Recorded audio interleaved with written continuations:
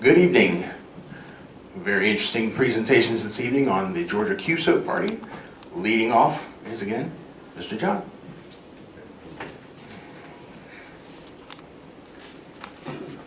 Thank you, Jim, and welcome everyone. And I guess to start off, This is what we're having? that's my remote. That's my rover there. You got silence. How many people have heard of the have not heard of the Georgia QSO Party? Everybody knows what it is. All right.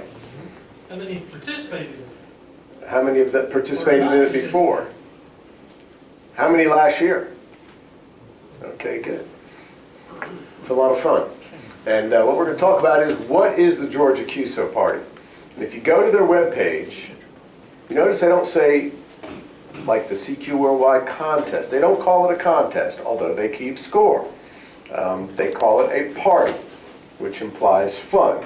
And on their webpage, the first line says the Georgia QSO Party is an amateur radio operating event. Which one? Okay, thank you. It's an amateur radio operating event. It's sponsored by the Southeast Contest Club and the Southeastern DX Club. And it's the 59th running this year. They didn't update their webpage before I did these slides, but they did afterwards. So it's the 59th running of the Georgia QSO Party. So what we always stress here at North Fulton, we try to have fun, but we also try to achieve good scores. And those two kind of go hand in hand sometimes, but you can have fun.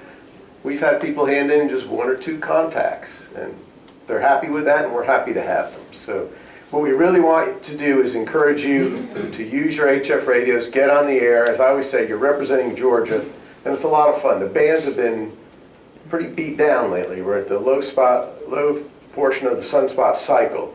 Sometimes I go down there, I don't hear anything, and I push the button and listen to WSB because that's all I can get. But at times they do open up, and you have to be there.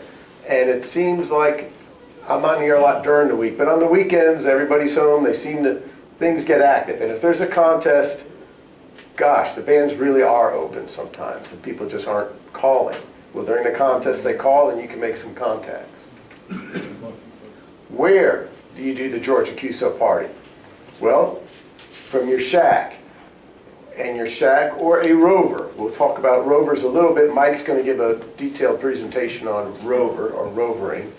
And it doesn't have to be your shack either. We've had club members go out to the park, go up on a little hill or a mountain and operate from there. So you can do it any way you want as long as you're having fun. When is it? Second weekend in April. 2 10-hour sessions on Saturday and Sunday. Saturday it runs from 2 p.m. to midnight, and Sunday from 10 a.m. to 8 p.m. Also known as Masters Week. It's Masters, that's right, that's right. So if you, well, that's tough. DVR is the word. Why do the GQP? Well, like we said, it's an operating event.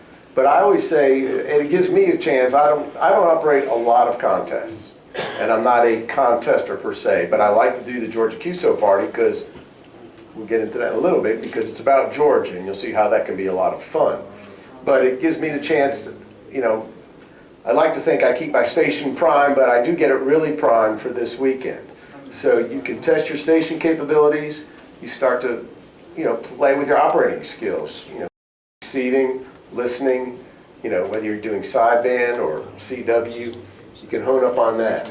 Another point, which I read in CQ magazine about something else, but it translated to the Georgia QSO Party as well, and I've condensed the line here, but in FCC Part 97.1, they talk about, I think it's 5 major things about ham radio, and one is to expand the reservoir of trained ops, techs, and electronic experts. So think of it as becoming a well-rounded amateur and serving that purpose, getting ready for the contest. But primarily, it's to have fun. Okay, so how do you operate in the Georgia QSO Party? Well, it is on all of the HF bands, excluding the WARC bands. So it's 160, 80, 40, 20, 15, 10, and 6 meters. Now, I looked at my last year's scores, and I was pretty active last year. All of my contacts were on 80, 40, and 20. I did not make one contact on the other 4 bands. That's not to say that you won't or you can't, but all the action was kind of in one place, and the way the sunspot cycles are working, those are the bands that are going to be your sweet ones for the weekend coming up. But you can, wander around. Sometimes you could find some openings. But at 40, I think I had 70% of my contacts on 40, 20% on 20 meters, and the other 10 on 80. And there's categories, and we'll give you the website for the Georgia QSO Party. You could look at the rules. When you enter your scores in a contest, you enter as a category. You could be a single operator. There's multi-operators with a single transmitter, something that Jim Stafford has done in the past where he's had 4 or 5 ops over at his house. And so it's multi-operators on one station. We're doing it again. We're doing it again. And he's doing it again. Yeah. Rover single and rover multi. And rovers are the individuals that drive around in their Mini Coopers or their big Chevy Envoys, and they there's a GMC Envoy, or is it a Yukon? And they operate going from county to county. And we'll get into how counties play a role in scoring and how that process works. And then the modes are, you can operate single sideband voice or CW, or you can operate both and you enter in as mixed. So you can pick your flavor.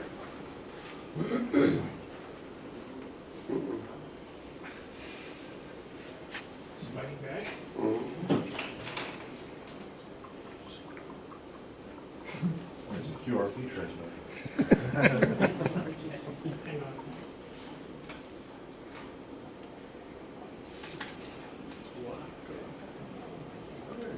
Okay? All right. So, how do you score in the Georgia QSO Party? Well, the party is open to the whole world, but there's categories. You have inside Georgia, outside Georgia, and the DX as well. But operators outside of Georgia score by contacting as many Georgia stations as they can, and they earn multipliers. And we'll get into multipliers for scoring shortly. But their multipliers are each unique county of the 159 counties of Georgia. So if they work someone in Fulton on one band, that's a multiplier, but then every other Fulton is just a regular point. But if they get somebody in Cobb and then Cherokee, they start earning multipliers. And what's good about that, when you're in Georgia. So all the people outside of Georgia are looking to contact you. If someone in Colorado, if he works Kentucky, doesn't count at all. All the other states have to work Georgia, so they're looking for you. So when you go out there and key your transmitter, they're going to be coming after you. Now, operators inside of Georgia, we can score by contacting Georgia stations and stations outside of Georgia, so we can You work. score at least one Georgia station for multiple. Right. For the state multiple. You want to work one, you get one multiplier for the state of Georgia. You don't get multipliers for counties. The guys outside of Georgia, outside of Georgia, you get multipliers for the counties. But you can work as many Georgia stations as you want, and any station outside of Georgia. So what's good about that? Georgia's looking for you too. So when you get on there and key up, everybody wants to work you. So how is the contest scored? CW contacts are worth 2 points for a QSO. QSO being a contact. Phone contacts, 1 point. And DX counts for QSO points, but there's no multipliers. So we'll get to that now. What are multipliers? Well, when you're operating, there's 128 possible multipliers. Georgia, right, For a Georgia station. for Georgia station. Yes, when Georgia station's operating, there's 100, because we said before, the out-of-state gets the 159 counties as multipliers. If you're in Georgia, you have 128 possible multipliers. 51 states, which are the customary 50 plus DC, and 13 Canadian provinces. And you can earn a multiplier for the same state if you work them on sideband, and CW if you're operating mixed. So that's a way to get extra multipliers. DX counts for a point, no multipliers. Yes, Ian? I don't know what DX is. What does that mean? DX? Well, DX is what you want it to mean, but traditionally DX is outside of the United States. Of course, Alaska and Hawaii are considered DX entities. But they're But considered states. they count for all, if you want, there's a word called worked all states, so you can work all 50 states as Alaska and Hawaii are in there plus the 48. But if you're counting DX entities, Alaska and Hawaii are considered a DX entity just like Japan is or the Ukraine. But for the Thank you. contest, they count for a multiplier. For a contest, they count as a multiplier. For this event, they're multipliers. Right. But no other countries count for No, that's correct. No other countries count that. Fred, Bob? Fred, if you work a station on 40 or whatever band, does it still count when you work them on the other bands? Not as a multiplier, QSO. but as a point. Okay. So I can work you on every band and every mode, but I only get a multiplier once for Georgia, for sideband and CW. Okay, but I can work the same guy, CW and phone on the same band, it. Yes. Right, and every other band too. and that'll be a multiplier for You only get the multiplier one time Okay. for that station. Per operating mode. Right, for CW and sideband. Okay, But so, if you work them on 40 meters on CW and sideband, when you work them on 20, you get the point, but you've already earned the multiplier once. okay, but if I work them on 40, CW and phone, I get the multiplier both times. Yes. That's correct. Yes, Okay. So you can double your score just by working them. we're going to get to that in a Okay. second. Yes, sir. If I'm a rover and I'm working you, and I'm in a different county each time I work you, do I get extra points that way? Do the rovers get, for a Georgia They station, only get QSO points, rovers only get QSO points for Okay, that's what I thought. any station. any station, Multipliers for states. multipliers for Oh, states. state, And you're going to talk about that. I can't, Okay. Oh, stations may be worked once per band per mode for QSO points. Georgia rover stations may be worked once per county per mode per band for QSO points. And multipliers count once per mode, not per band. So there it was. So how do we score this? Let's say I work N1 ABC in Connecticut on single sideband. I get one QSO point and a multiplier for working the state of Connecticut. So type that into my computer as I log them, my QSO point times my multiplier, I now have 1 point in the contest. yay. Is that because it's Connecticut? Then I switch over to CW, I work N2 DEF, I get 2 QSO points because it's a CW contact, and since it's a new state, I've got a new multiplier. So now I've got 3 QSO points, 2 multipliers, now I've got 6 points. So as you see, it's not a linear scoring, it starts to curve up. Then I get N3 GHI and PA on SSB, another QSO point, another multiplier. So with 3 contacts, I have 4 QSO points, 3 multipliers. I now have 12 points for 3 contacts. Now if I made 3 more contacts with 3 different states, the same way with all new multipliers, I'd have 6 contacts, but I'd have 48 points. So as you see, as you start getting these multipliers, different states, your scores start marching faster. And that's one of the fun things for me I like to do in the contest is you start keying them in, you're watching, you start out, you go, I got 5 points, I got 6 points. And all of a sudden after a half hour you go, wow, now I've got 300 points. How'd that happen? It's algebra. Never understood. Question? And your logging software will take care of that for you. We got a slide on that. There's logging software that does the math. Okay, so how does a Georgia QSO Party exchange work? Well, it varies by the operator, but in general, you would go on and call CQ, GQP, CQ Georgia QSO Party, DE if you're on code, or this is N4TOL. And then Mike will come back, N4TOL, this is N4N, which is his special call for the contest. And I'll say, N4N, you are 5'9" in Fulton County or wherever I am. And he'll come back and say, you're 5'9" into Coweta County or wherever he is.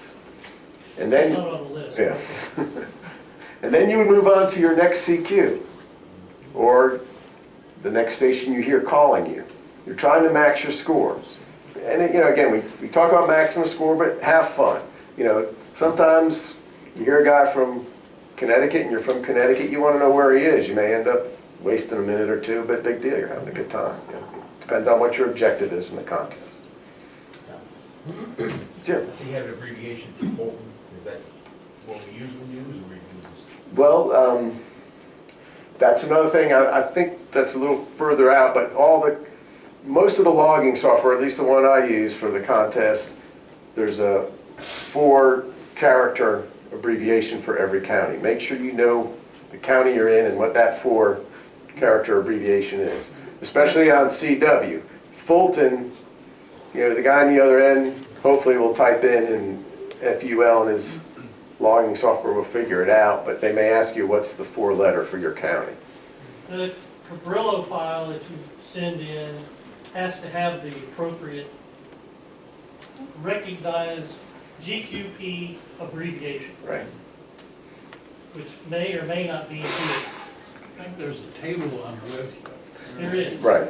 And some of the counties are similar. So you can I've gotten thrown off several times. So, and I think we'll talk about the Cabrillo file, but that's a good point to mention, which I probably don't have in that slide. So we'll get into that too. So the big thing about counties, why are counties important? Because the people that want to work Georgia, there's 159 counties. A lot of these people are trying to score in the contest. A lot of county hunters take advantage of this contest as well. If you're familiar with another aspect of the county, of the hobby, besides trying to work states and DX, people try to work all the counties and all the states in the United States. And there's some 3,000 plus. And so they may just join into the contest to, maybe they need Coweta County or Bartow County. They'll be in there looking. Yeah. They're not fighting over Fulton and Cobb usually, because we've got that covered. John, do we know if we have ops signed up for all 159 counties yet? We do not. I doubt it highly. I don't even know if they had them last year, even at the end. I don't think There they will be did. one We have short. not covered all counties in quite some time. But usually it's in the 155, 154. Yeah. It's close. Better on. Close, they'll have It's usually operations. close. And my offer still stands that I'll buy, if someone works all 159 counties, I'll buy them lunch at Slopes on Hungry Hams for a year. For a year. Every day? I said Hungry Hams, and there's Hungry Hams every day probably, I don't know. So years ago when I first got into it, I was trying to work all the counties as I thought it was a good thing to do, and then I realized I was making contacts, but it wasn't as effective return as I thought because I wasn't getting multipliers for the counties. But it's fun to work. You still get us points, so I track sometimes how many counties I work. So, GQP Awards, Georgia QSO Party Awards. That's sort of the fun after the contest. And this is very important. Why is it important? Well, there's two things we're going to talk about here. The Georgia QSO Party, if you remember the first slide, is sponsored by the Southeast DX Club and the Southeast Context Club. Even though we do a lot with it, and we're pretty popular for that, your scores have to be submitted to the actual Georgia QSO Party official site.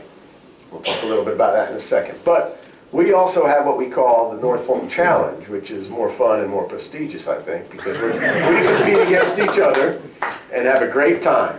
And it's fun to hear our guys on the air. I love working with everybody when I hear them. And sometimes it's hard because it's a short hop, from Fulton to Cobb or wherever you're trying to work. It's sometimes tougher to hear the Georgia stations than the guys in Tennessee or Kentucky. So let's talk about the Georgia QSO Party and submission and why it's important. You see those gavels up there? When we submit our scores individually, in that Cabrillo file, which we'll talk about a little bit later, there's a field there where you say you're affiliated with the North Fulton Amateur Radio League. And the Georgia QSO Party compiles all the scores, and they also track the club scores. So we encourage you to put North Fulton Amateur Radio League, and we get credit for those scores. As I said, designate NFARL as your club. And the Cabrillo file, for those who don't know what that is, at the end of the contest, typically, you'll click down and it'll say Create Cabrillo File, and you put in all the pertinent information, and we'll have a slide on that in a minute, and that's the file that you'll submit electronically to the Georgia QSO Party. But it's important that you put North Fulton Amateur Radio League, not Norfolk, for the club. Well, we're going to nail that down. Okay. Yes, Ian? If you're going to answer the question later, so. Well, It was about how do we designate NFARL in the log file? Are we using the new North Fulton ARL that Dr. Klute set up yeah, for us? that's I know, and there's a lot of confusion about that. I almost, in my mind, and I don't know, having the 5 letters for Georgia QSO Party may be the simplest instead of writing it out. So we'll, You need But to will they check- recognize it? but we'll be. Or we get an email. But who is, does everybody, who knows about the reflector? Is anybody not on Groups IO here for North Fulton Amateur Radio League? Everybody's in Groups IO? You don't get the Groups IO? I think there are a few new people who aren't on it yet. Well, raise your hand if you're not, so we get an idea. All right, that's okay. But come talk to someone at the help desk after the meeting and we'll get you set up how to do that. What it is, it's like a bulletin board or whatever. If I have a radio for sale, I'll post it to Groups IO for the club so all my friends in the North Fulton Amateur Radio League can see that I have a radio for sale, because I'd like to deal with my friends first before I deal with somebody I don't know.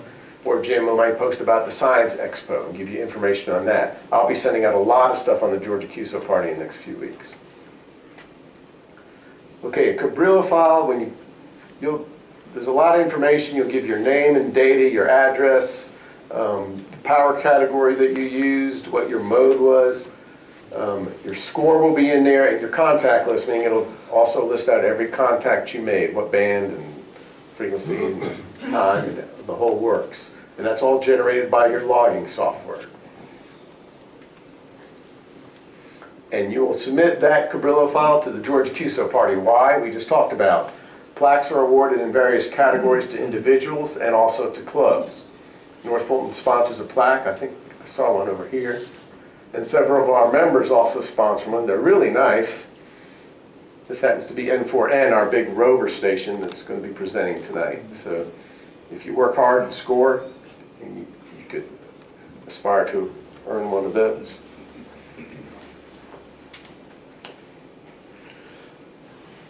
And so when you submit to the QSO Party, you can maybe win a plaque. You will earn a GQP certificate, and you can pull that down from their website. And also your points are counted, by submitting to them, your points are counted for our club total. That's a certificate I pulled off their website. I think they used that in 2017. I'm not sure what they have for this year, but you can start your paperwork collection for your wall and your shack.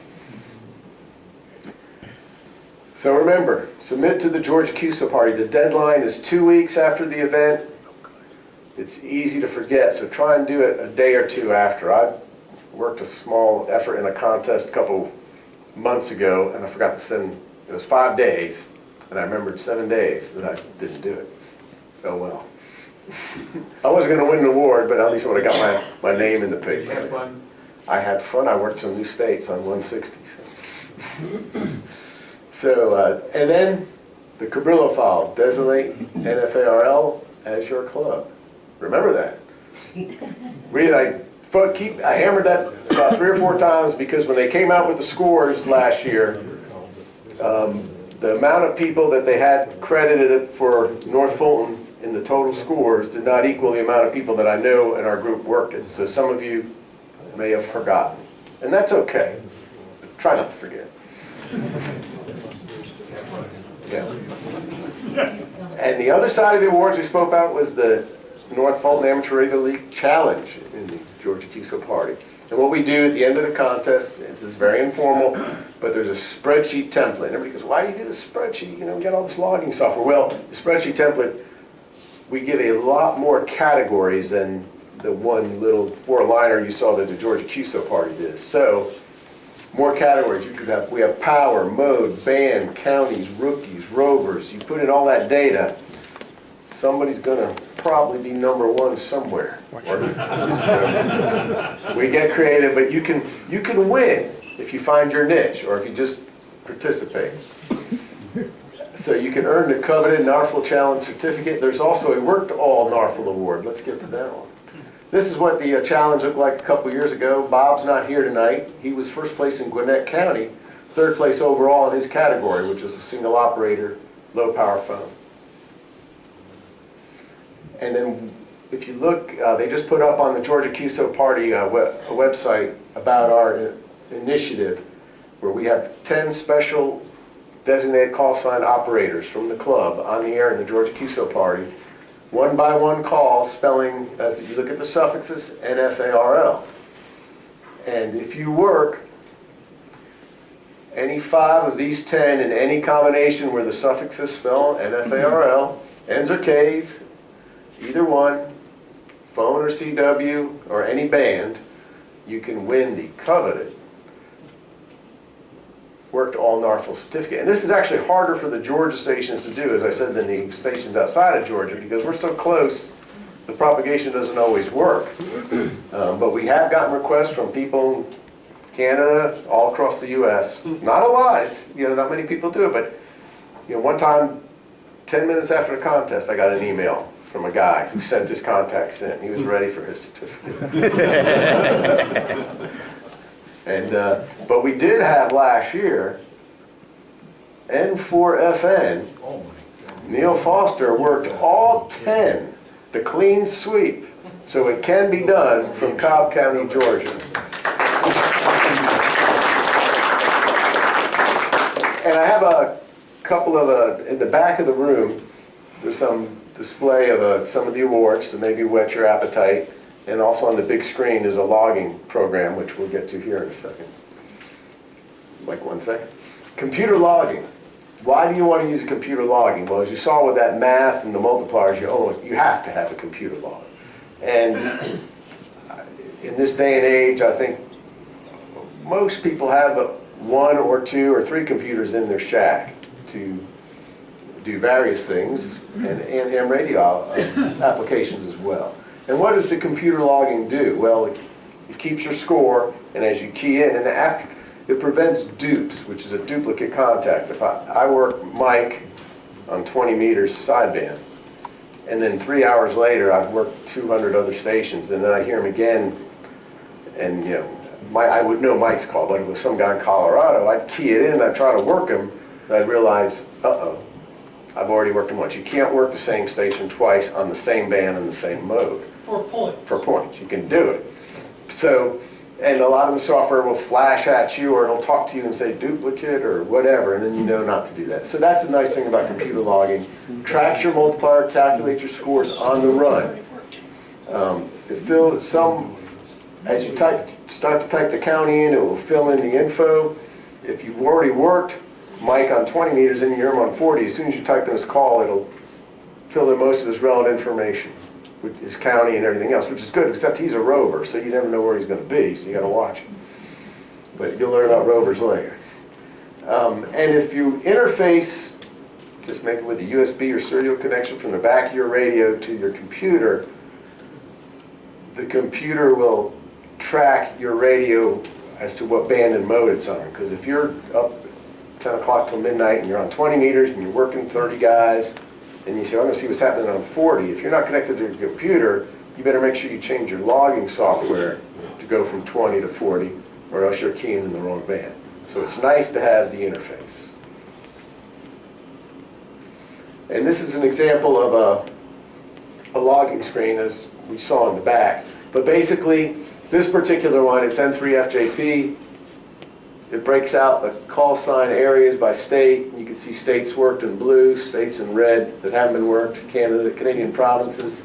Tracks your score, Up top there, it shows maybe your last 10 contacts. It also will track your rate. It's not active now, but as you're making contacts, it'll tell you what your last 20 minutes were and what your hourly rate is doing. It's fun to watch and see how you're pacing yourself. And then you key in, the call, W4QO. It'll automatically fill in the default single reports and Georgia Fulton. And then the next time I work Jim on a band, as long as I type this in, it'll fill all this out. And then when I work them, all I have to do is hit enter. But if it's on a different band or mode, you got to make sure, if I'm interfaced with my computer, these will automatically change as I change bands and mode on my computer. So very helpful to have that.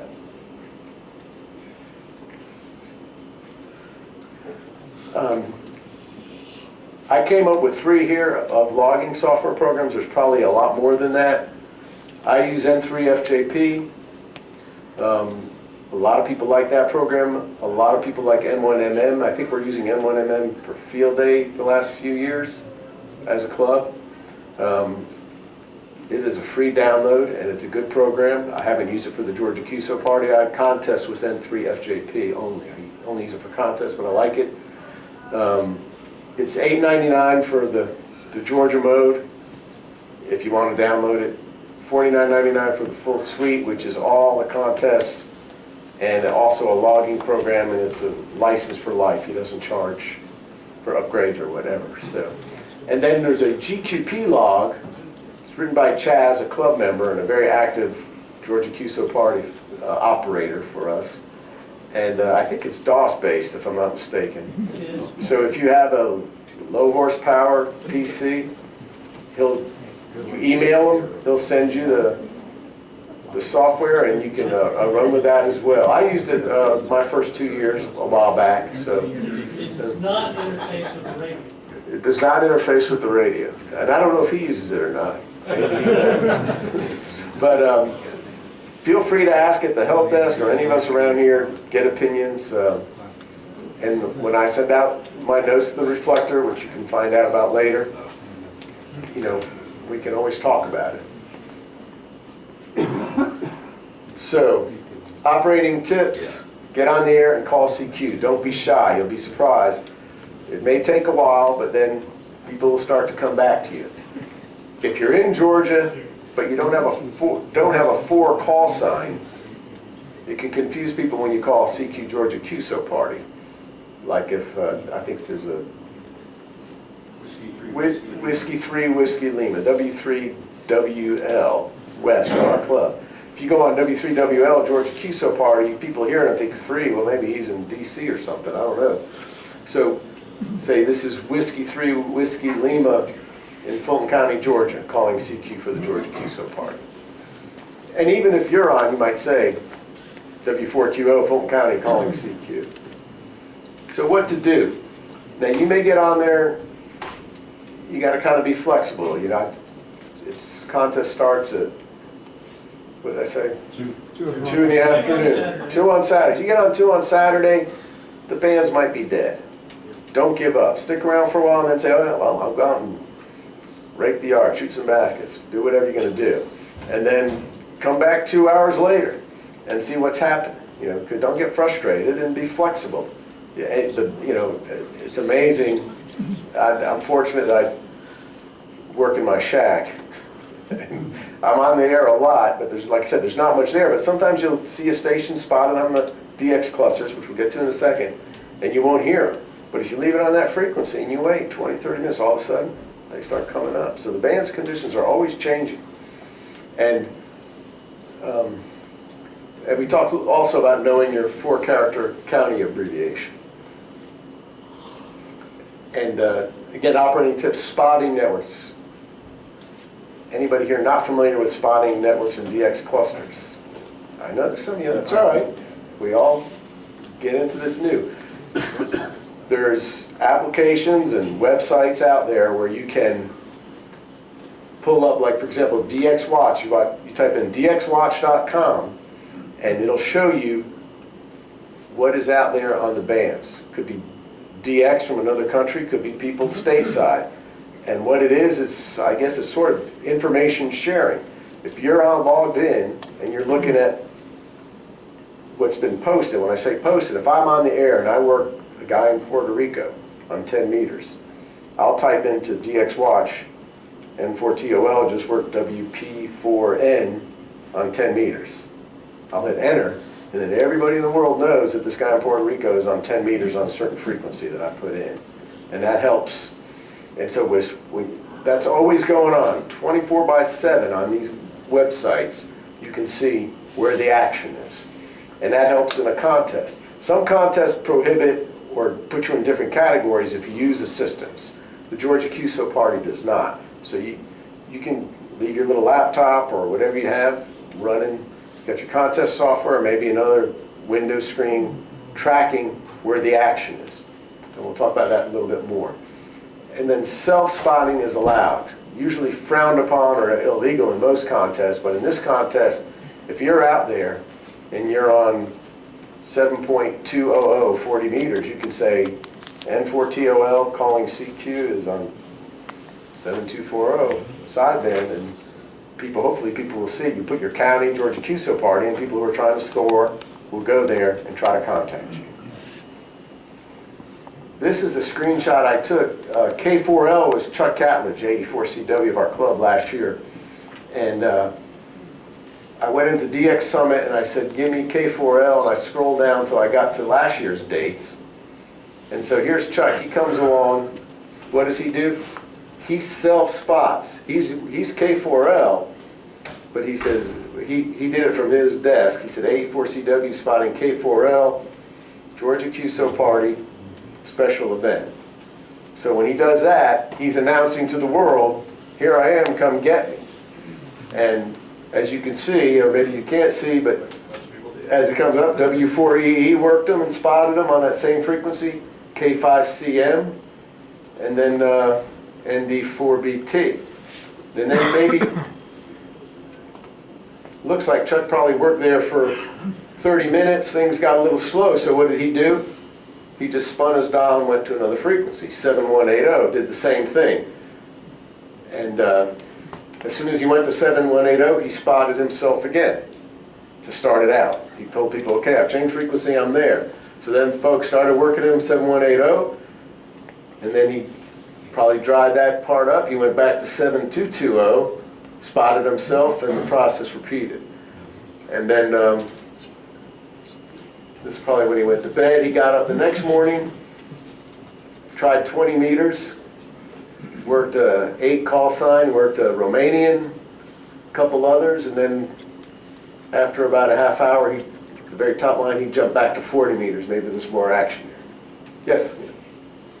You'll note on the display where it indicates LOTW, which means that that particular station uses Logbook of the World. However, Cabrillo files are not read by LOTW. Correct. It only reads an ADIF file.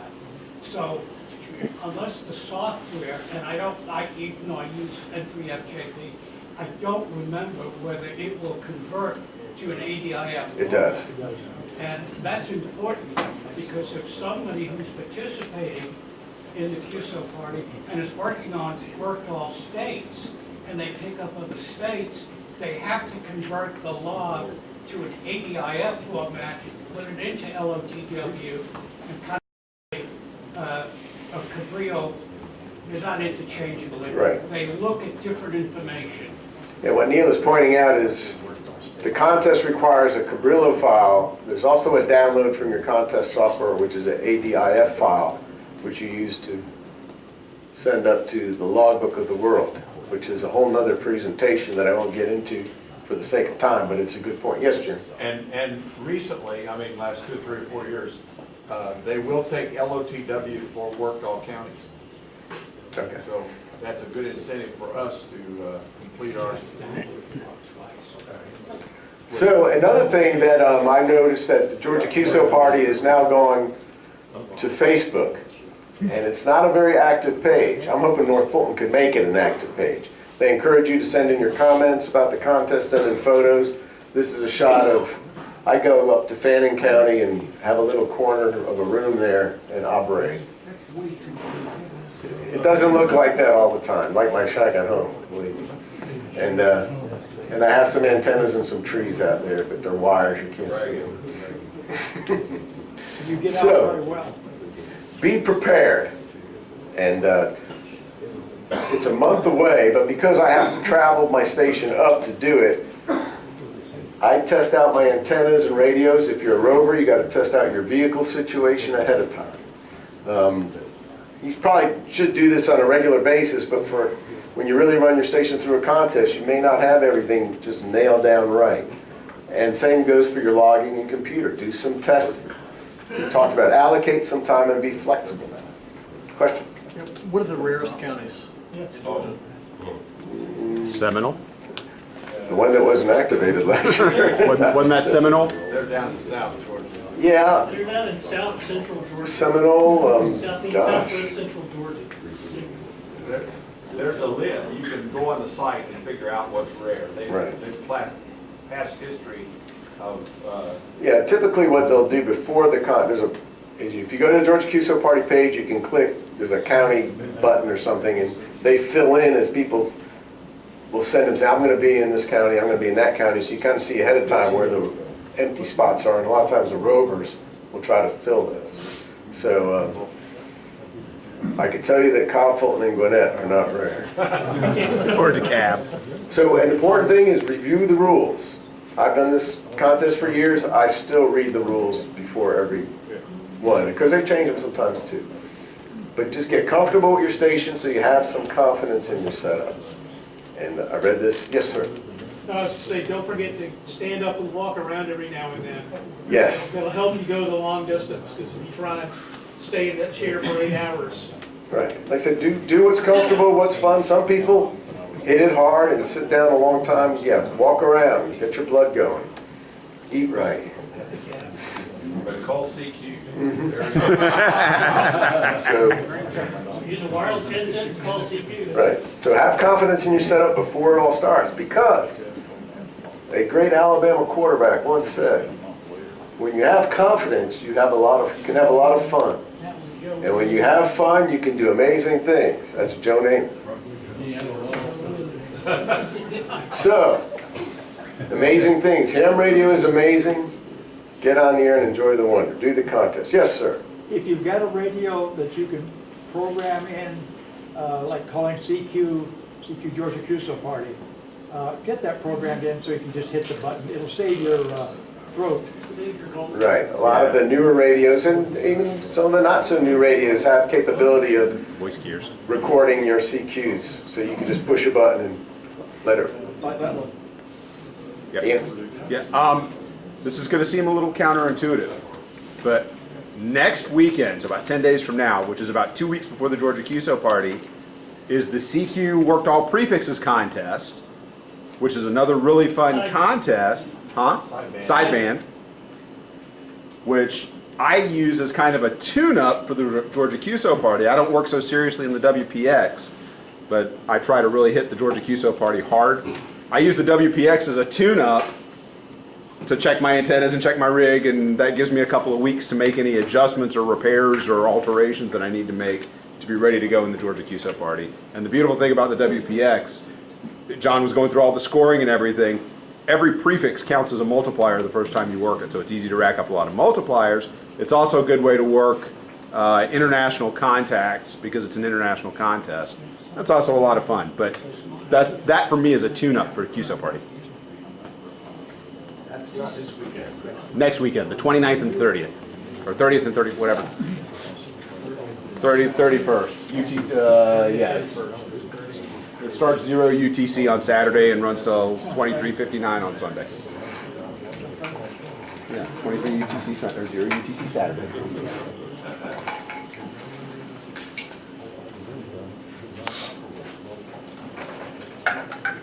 Okay. Let's go mobile. So now that you're all heft up for Georgia QSO Party, there is another facet, and that's operating as a rover. And I'll tell you the reason why rovering appeals to me it's one of the most enjoyable, highest level of operating ecstasy I've ever had. It is addicting. I've been fortunate to do this for about 10 years. I also operated in the County Hunters event they have in late July on a road trip coming back from Colorado to Georgia. I talked my wife into driving while I operated till she just couldn't do it anymore. But I was able to operate across Colorado and Kansas for about 7 hours and put a lot of counties on the air that would have not been on the air otherwise. But in Georgia, as has been mentioned already, there's 159 counties in Georgia, so there's a lot of counties to touch. Texas has 254, and then after Georgia, the next one is in the right around 100 or so. So it's difficult to get all the Georgia stations on. So what's the purpose? So we want to help activate all the counties in Georgia as a rover. Typically, on a given year, there's 5-10 rovers zooming around Georgia. As was asked previously, what are the rare counties? Some of the rare ones are rare on phone, but not CW or vice versa. So there may be an operator that does operate some phone from a particular county, but he doesn't operate CW and neither does anyone else. So if you want that county on CW, for whatever reason, anywhere in the world, then you're likely to rely on the Georgia QSO Party for that to happen. There are some counties where there are no HF operators in. You know, they may be on VHF, or they may have a license but don't have antennas or a radio at the present time. So even though there's hams in the county, there's no activity. There may not be an activity on a particular band or mode that you want. You know, if you want somebody on 80, but you've got them on 20, who knows? So to rover is to help maximize your score. As was mentioned, every time you change counties, you get to work everybody all over again. And because you're changing counties, that pileup you had just 20 minutes ago is repeated. And it's repeated every time you change counties. And the people are just literally, they're tracking you on your route. The stations that are trying to work as many counties in, outside of Georgia will put a receiver on bands all across, on frequencies where the rovers camp, especially those that have capability of multiple frequencies in a receiver. They'll put a radio dedicated to your frequency, because when we go to a particular band, we try to repeat the same frequency that we used the last time on that band. So every time we change counties, or if we self-spot, those stations are just dialing over there, because they know we're going to change counties every 20 minutes or so. So they're not going anywhere. And sure enough, as soon as we spot, they show up, work them, and there's this, it's just fabulous. Did I mention that? So we also want to maximize the club score. Rovering is one of the best ways to increase your score, which then helps the club to maybe win another one of those. We have a pretty high challenge in that the group that has won it the last 2 years has fewer participants than we have, but they're all high-powered contesters. So we have a pretty high bar to get there, but the more participants we have, and the more folks that have the capability and can rover, the likelihood we can boost our score and maybe take a gavel back. That would just frost them. And then those of you that have HF mobiles installed, here's a good opportunity to put it to use in a way that you may have not intended, or may have not used it before in the past. That's actually how I got my first operation in the Georgia QSO Party, in any mobile contesting, was a trip from Atlanta to Hilton Head. On the Sunday of the GQP, I talked my wife into driving, I operated the radio on the way down, and I've been hooked ever since. So there's the types of roving. You don't have to physically be in a vehicle. You can operate from 2 fixed locations that are in different counties. So you can do 2 fixed counties, you know, you and your buddy's place, your house and your buddy's place, it's in 2 different counties, or like in John's case, he could operate from home for a few hours or the first day, then after midnight drive up to Fannin and operate the next day, and then work everybody that he worked the day before, work them again. Maximize that score, John. Stationary mobile. I've done this as well without a driver or an assistant. You drive to a place, a new county, and then you operate for a few minutes or however long you can afford to stay there, and then get back in the driver's seat, drive to the next county. You want to pick your routes wisely because some of those counties are an hour across. Or you can do mobile in motion, which is what we've done for the last few years, where we have a driver.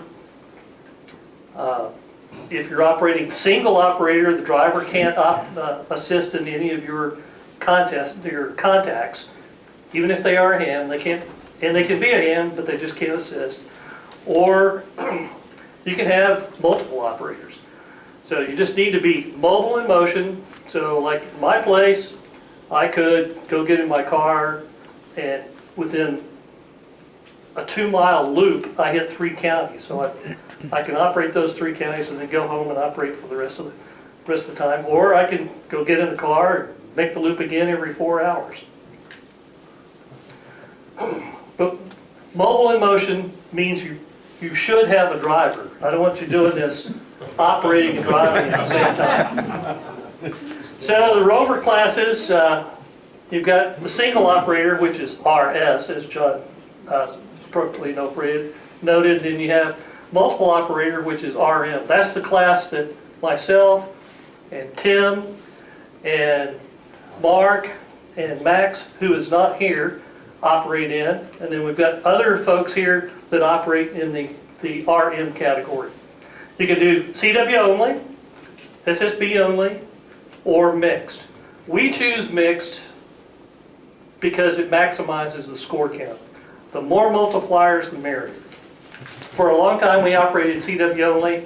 I won a single operator mobile plaque as a single op rover before.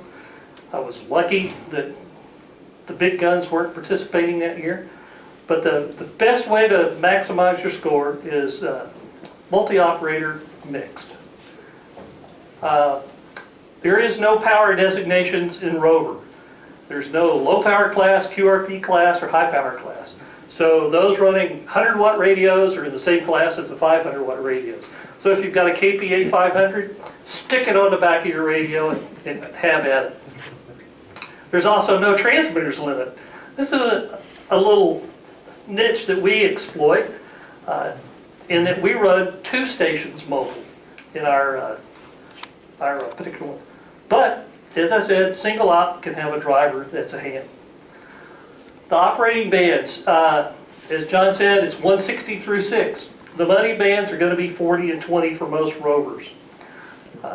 80 and 75 if you have a good antenna on 80. We always make at least 400, 500 contacts on 80 because of the time of night that we use it, the time of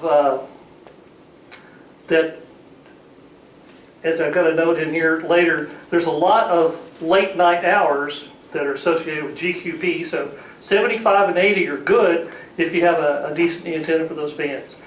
15 and 10, just unviable currently. They used to be 10 years ago when I was doing this, or 8 years ago, it was not too bad. I don't really have ever made more than a handful of contacts on 10 in any of these. We try every year on 6 meters, no contacts. Nobody shows up, even though we self-spot. Nobody shows up. So I recommend the mixed category. You get twice the multipliers, twice the fun. Depending upon how your multi-operator setup is, you may have some phone operators that can spell just a little bit for the phone portion in a county while somebody else does the CW. And the counties are large. So if you're on CW and you work everybody in the first 15 minutes, now you're driving across the county for 30 minutes without, CQ, no answer, CQ. And when you get to that, if you're one station, you want to change bands. Keep moving back and forth, keep moving back and forth. So you need a radio and an antenna that is easy to do that. You want to recruit a driver. If you don't have one, best way to boost your score is to get a driver assist. Well, maybe you can rent a driver. It's also great if you can recruit an additional operator so that you don't have to operate all the hours of the contest. I can tell you, to win a plaque as a single operator is a huge challenge. So you might as well just be mixed and maximize your score. Help the club out. And if you get a driver that is a hand, then you can swap the operating and driving duties. As I mentioned, most of the stations are worked in the first few minutes when you enter in a county, per band. In our particular case, or in anyone else's case, it's a single radio. You get into a county, you work 10 or 15 minutes on one band, and they try it to the other band, particularly 40 and 20. Go back and forth between those. On the larger counties, you may work 40 twice. Beginning 20 and then again on 40, because as was mentioned, the propagation changes, people go away from the radio, new people show up on the radio. You'll also find that in any of the QSO parties, in any of the state QSO parties, there's always more CW participants than there are SSB participants. So another reason to operate mixed. If you're on phone, you're going to have a lot of downtime. So throw in a little CW there. You want to maximize the operating position. You can see here Max operating one of our stations, and we've taken and put some of the painter's tape on the laptops. It has all of the stuff on there for our particular program, which we use N1MM. We put the important control key functions up here so that we don't have to remember what that is at 10 o'clock at night on Saturday night. We've uncluttered everything. In our case, since we use the flexes, we don't have a radio control face. We have just everything's here on the laptop, N1MM, and a little window for the flex, key sitting off here to the side, and that's it. You can see right here in the corner, our antennas are remotely tuned, but instead of using an automatic antenna tuner for that, I have one in my vehicle, but we don't use that for our antennas. Instead, we manually tune them because it's just faster and quicker and more reliable for what we do. Route planning. And yes, the counties are large. First thing you want to do, make sure you have a Georgia highways map. Get you one of these somewhere, because it's got all of the county designations, all of the roads easily. Did my battery go away? There we go. I stood in a null. It's got all the information you need on roads to sit down on a tabletop and do the planning, as opposed to try to do this across several monitors all at once. You can see the big picture all together. And you need to know what your driving limits are. Can you drive at night? how fast can you drive? How comfortable do you feel driving for hours and hours? You know, if you're using a driver or swapping out driver, you're going to operate while you're moving, which is another new challenge because you're now trying to type on the keyboard while the car is bouncing around. You will have entries that are incorrect that have to be corrected. And how many hours can you and the driver actually sit in a vehicle? The event is 10 hours per day. So that's a lot of commitment. And you know, if you operate from home, you're probably not going to operate for 10 hours. So you need to know what your limitations and what the expectations are for doing this. As mentioned, many of the GQP hours, particularly on Saturday, are after dusk. So if you're driving, you need to be sure you're not you're likely to be driving in a part of the state that you're not that familiar with. You may have a map, you have a GPS, depending upon where in Georgia you are, you may or may not have cell service. And if you're doing it both days, you need to know where you're going to spend the night and be ready for that. It's 2 to midnight on Saturday and 10 to 8 on Sunday. And you know, set realistic goals. If you're a rookie at doing rovering, maybe 8 to 10 counties per day, which is roughly a county per hour if you did all 10 hours. So this gives you some expectation of what to level of expectation you need to do for planning. We do 23 to 25 counties a day. We drive 900 miles in 2 days. 900 GQP miles, plus another couple of hundred getting to our starting point and getting home from our ending point. So if you do the math on that, that's like 25 minutes, 22 minutes per county. Some of them are bigger than that. So in some counties we go across just the tip of it, so we have to physically stop or we'd be through it in 3 minutes. So the map of Georgia that's shows counties only, that happens to show the county seats that go with that, but that's just a picture of where you're starting from. This is our particular route. We start up here just off of I-85 and meander our way down around through Athens, down to Madison, and then a short stint across I-20, and then through the middle of Georgia here. Yeah, and we do all this part pretty much in the day. And we get to the halfway point is about Dublin here, and it starts, that's near dusk. So we're late in the afternoon, late in the day. We've already moved to primarily 40 and 80 meters, sub 20 meter activity. And then all of this area, you see it's mostly interstate. Last year we put a little detour in here to pick up 3 extra counties. But most of this is now interstate. So we're moving at a fast clip. The counties are large, so that doesn't matter.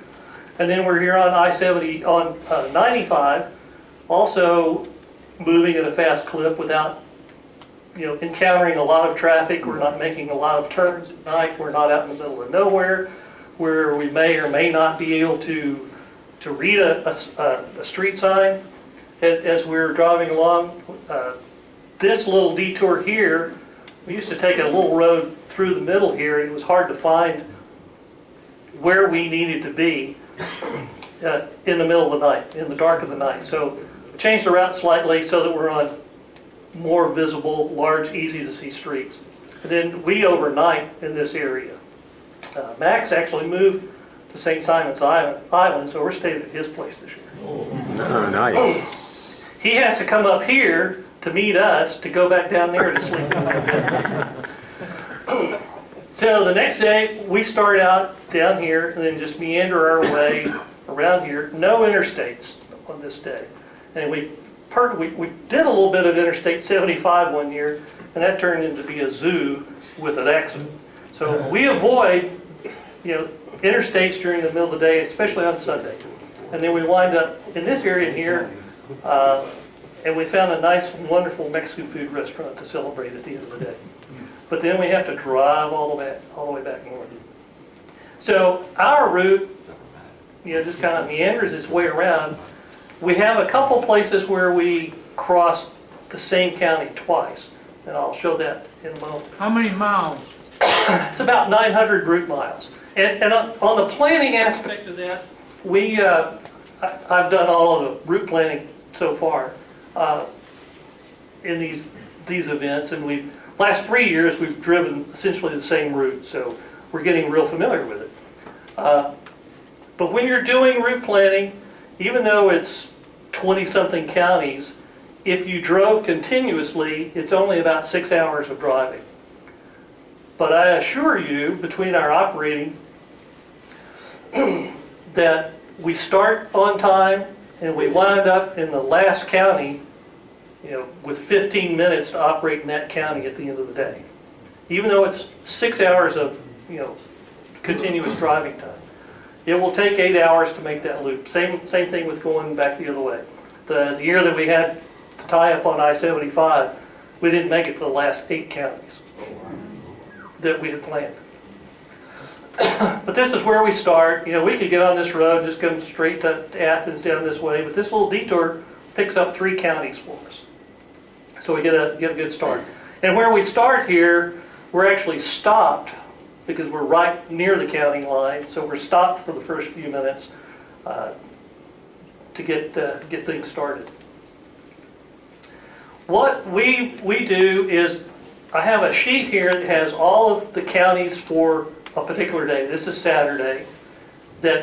These are the abbreviations that go in the logbook, or that we send out. If somebody asks, well, what's the abbreviation for your where you're at? I've got that here, and what it physically is. If you're going to say it in voice. And I've also coded this for normal, slow, and stop as to how we need to handle that particular county. These we have to stop in because of where they are. We just barely cut through them. These, normal driving speed, stop when we hit this county because we clip the corner. These, we just have to slow down a little bit and not go at breakneck pace. And you'll see here, Brian is here twice because we clip it here, go through 2 more counties, and it's on I-20 and it's also on I-95. This county, Camden, we end the day here, and in the morning when we start up, we're also in Camden, and we also hit Glenn County. So we have 3 counties. Physically, we're in 58 counties, but we only have 55 unique. Yes? So it seems to me that last year or sometime in the last couple of months, I was doing a contest and I called somebody or answered somebody and they said that I got credit for 2 counties. Can you stop like front wheels in one county and back wheels in another county? There is a, Not in Georgia. depending upon the state QSO party rules, some county parties encourage operators to go to a county line and straddle the county and make one contact and exchange 2 county names. So one contact, you get 2. Maybe in some instances, if they stop in the right place, you might get 3. The Georgia QSO Party does not endorse that. So their rules require you to go at least 600 yards into a county, beyond a county boundary, for it to count. That's the Georgia rules. So we have a couple of counties where we go across the line, stop and operate, and then come back. Otherwise, we just go there and straddle the county. Mike, do you also log your latitude and longitude when you're doing this, or do you not keep track of that? We do not. We do not. I sometimes, in these past years, have put an APRS beacon out, not with a radio, but with a phone, using one of the phone apps, to help those that are tracking us to know where we are and where we might be crossing another county in case they need to go to the loo and don't want to miss us. Catch a sandwich. What spotting network do you guys use? We spot to N1MM, via N1MM to VE7CC. I'll probably get to that in a moment. I gotta move. We self-spot. I take a 4G, 3G, 4G modem with us. It's actually a router because we're using flex radios. But all the computers are networked and it's tied to a 3G deal. So in the logging program, just like Chuck was, doing that, I'll type in N4N in the county, the new county that we're in, hit enter and send, and W5JR has now posted N4Ns in this county, and the wave of call signs just show up. In the past, we had to, when we first started change counties, started calling CQ, we'd have to wait for someone else to spot us. And then we knew as soon as they spotted us, the wave would show up. Well, now we just do it ourselves. Mike, where do you get your most up-to-date maps where you're not going to run into a problem of going into, somewhere that doesn't exist? We'll use this, but all my route planning, that is streets and trips. That's actually where I have this route, and I can export that to the GPS device. So the navigator, the driver, has this route and all the turns in their GPS. Since I'm the route planner and the navigator, I have one of those running in the back seat so I can help navigate. But that's how you can use Google Maps. You can't build a route like this. Google Maps insists on routing you most efficiently. But with streets and trips, I can force it to go on the roads that I want it to go on. Right. I can force it to go where I want to go.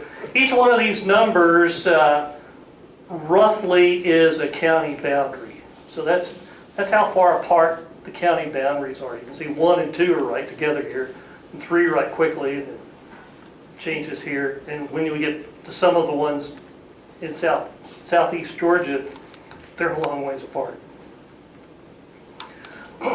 So a lot of those places that are on the map where we go, cell service is not that reliable. So you want to have the GPS loaded with your route if you can. So we have with them in this device. It sits up in the front dash, so the driver has access to where the route is going. That particular route is on that GPS. Route for Saturday and route for Sunday. Unfortunately, if you make a wrong turn and go the wrong way, this insists that you go back and get that waypoint. So it's not foolproof. It continues to bark at you to turn around. You also want to have paper copies of your route. It's very important. I've got the daily route, but I've also got zoomed in spots of this, so that if we have any issues or challenges over what we think the route might need to be for a particular time, or if we're going through, like if the turn goes through a particular city, I've got that highlighted because some of the GPSs insist, you want to make 3 right turns to make a left. No, we don't do that. And there are, sometimes if you may have experienced that a state highway meanders through a city. If you're trying to follow a state highway, when you really want to just go to an intersection and make a turn, they're not that easy. You want to review this route with the drivers. so that anybody that happens to be driving, they're familiar with it, they've seen it, they look at it, however, whatever their style is to review the route of where the turns are. You know, I've got them memorized by now. And take stretch breaks. Those counties that we stop in, the driver gets out, looks around, makes sure that, you know, everything's still okay with the vehicle, nothing's fallen off, nobody's stuck a magnetic sign on it that says "wash me." John covered the logging programs, but you want to be familiar with your choices. Whatever program you use, be sure you have some familiarity with it. Nearly all of the programs have special features just for rovers. Like I mentioned, you can change what county you're in. Just type it, you know, hit control codes and inlet in, hit control codes, and it'll change. Another program that I've used in the past by Chuck N4TOL, it's connected to the GPS, and when you cross a county line, it changes for you. You know, so you may have just spotted that you're in, you know, Putnam County, but guess what? You just changed, and now you're in, you know, whichever county that's next to it. It's good, but it's also frustrating. But you definitely want to find a way to self-spot. Get that hotspot, you know, wireless cellular hotspot, and hook it up in your vehicle so that your operator can self-spot. You don't want the driver doing it because he's busy. Hang in there. And when you don't have cell service? In those counties, you're relying on someone to spot you. It happens, but not that often. I mean, you got to be off the beaten path for that to be the case. You're saying Texas. Well, it's even worse there. That's what I mean. We're not Texas. Or if you're in Wyoming, it might be. If you're on U.S. highways in Georgia, U.S. or highways or interstates, the likelihood of having service is very high. But when you're off on some connecting road that may be a dirt road or a less traveled road, you may or may not have service in the tall, piney woods area. Hang in there. For those of you rovers that may not feel all that confident with your CW skills, the stations want to work you. They will match your speed. They'll slow down to talk to you. Some of them may not be willing to do it right away, but they will because they need your contact. And you may be the only person in that county that they've heard, so they really need your contact. Take a deep breath. You know, this is not life or death, but just take a deep breath. Go with the flow. When you're rovering, it is very likely you will have a station call you more than once while you're in the same county. You know, it's a dupe. You get no points for it, but don't argue with them. Just work them and move on. It takes longer to try to explain to them, we've worked, and they may have not copied correctly, may not have the right record for it, so just work them again. It doesn't cost you anything to work, and have fun. I have some of my stuff here, if you want to take a look at it. One of the other things that we use, I have a little Windows tablet that I double sticky to a thing in the truck, so that the two operator guys in the back, I put the streets and trips on here, and then I have this little Bluetooth GPS device that feeds the streets and trips, so it's like a large GPS for the back seat guys, so they can tell when we're coming up on a county. We also have in Georgia, if you're on streets of any size, there are prominent signs indicating when you're changing counties. If you're off on a bicycle path, you may or may not have those kinds of signs. But just about everywhere you go in Georgia, if you change counties, there's a sign. So we have a mechanism where the driver sees the sign coming up, he knows it's happening, the GPS is telling him it's going to happen. So he reaches back here and gets our attention so that we know, oh, it's a new county. And we look at our cheat sheet here and enter in the new data. So if you have a good run rate and you're about to exit that county, will you slow down and keep your run rate going, or does it even matter? Typically, we just blow right through it. Snooze, you lose. There are some stations that we know we're going to work in every county, and if we haven't heard them yet, we go, come on, hurry, we're about to change. We work K9CT on every band in every county. We work DL3, DXX on every band in every county, including 80 meters. Nice. And there are several UAs that we work. There's 3 or 4 Gs that we work every year. And when we start rovering, we know W0BH is going to talk to us, and a whole handful of others. Last year there was a VE9 and PEI that worked us on almost every band in both modes as we were winding down the day. So I purposefully go to 15 meters, work him, and then come back, because there was not going to be anybody else on there.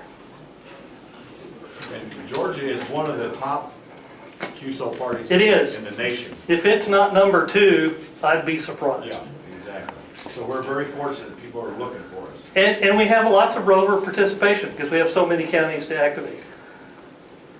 Y'all know what this is, and some of you know that people use this to build transmitter hunting Yagis.